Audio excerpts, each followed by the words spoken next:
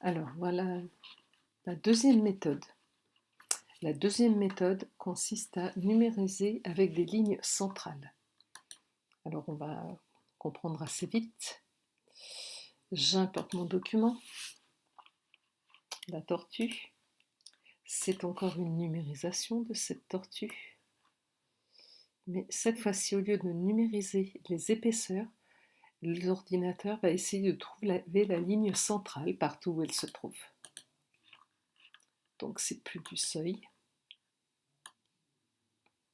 Ah. Centerline. OK. On met à jour.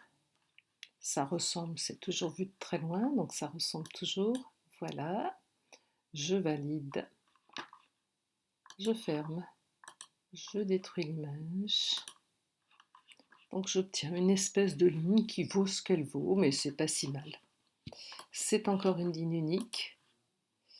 Et cette ligne unique ne pourra pas être brodée parce qu'on a trop de zones séparées. Donc le premier travail à faire, c'est de séparer toutes les lignes. Voilà. Et le deuxième travail à faire, c'est d'enlever tous les petits bouts qui correspondent à cette signature. Voilà. Donc il nous reste cette fois-ci quand même un nombre de lignes pas tout à fait négligeable. Oula! Oh, ce petit crabougnat, là, je l'enlève.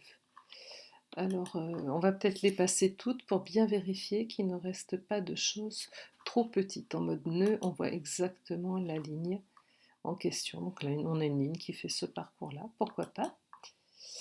Voilà. Celle-ci n'est pas grosse, mais bon. Là, ça, c'est pas top, top, top. Bon, il a fait beaucoup de lignes séparées. Celle-ci, je ne... Voilà, oui. Donc celle-ci, si je la regarde, elle va une fois d'un côté, une fois de l'autre. Pourquoi pas? Voilà. Donc là, hop. OK. Celle-ci, OK. Bon, c'est une séparation qui vaut ce qu'elle vaut. Bon, toutes ces lignes-là, si je veux en faire des contours, il va falloir que je les épaississe. Si je veux en faire des contours du type zigzag. Hop. Un 5, c'est le minimum pour un zigzag. Et une fois que j'ai défini ces contours, je vais d'ailleurs regrouper tout ça dans un groupe contour. Comme ça, les choses sont claires. Contour. Voilà. Je reviens sur mon calque. Je peux décider, comme tout à l'heure, de peinturer, allez, le dos. Hop. Voilà. Alors, ce qu'on constate quand on fait de la peinturlure comme ça, je vais m'approcher, c'est bon, c'est sympathique hein, le pot de peinture, mais il nous fait pas des belles limites, alors c'est pas très bien. Donc moi, ce que je propose plutôt, on va revenir en arrière, CTRL Z, Z, Z, Z, Z.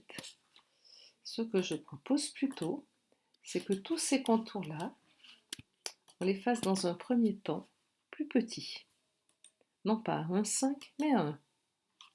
Ensuite, on donne nos petits coups de peinture lurette. Hop. Alors déjà, pas mal. Voilà.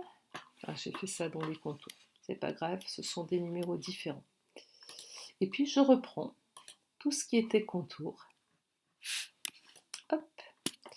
Et je les passe à un 5. Alors pourquoi les passer à un 5 après? Eh bien tout simplement parce que ça va très légèrement chevaucher les tâches. Et ça va permettre qu'on ait de pallier les décalages qui se produisent quand on fait la broderie. Je fais une petite simulation rapide.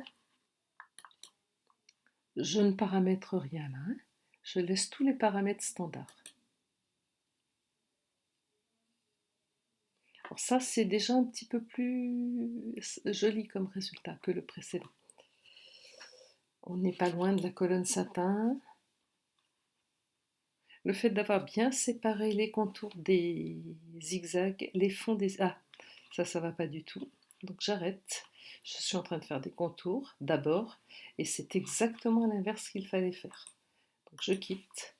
Je vais vite reclasser ça dans ma boîte à objets. Tout ça, toutes les surfaces sont à faire en premier si on veut que les contours passent dessus. Je retourne. Donc, stitch, top. Voilà.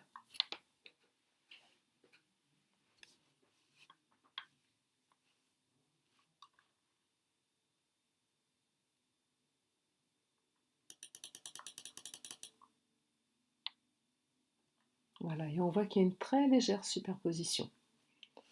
Voilà, c'est tout bon. Alors par contre, le nombre de points là est plus important. Le zigzag, c'est plus joli que le remplissage de l'autre méthode, mais en même temps, ça prend beaucoup plus de points. Alors il pourrait être peut-être moins dense que cela. Après, tout ça, c'est une question de paramétrage. Mais 10 000 points, c'est important pour une broderie aussi peu pleine.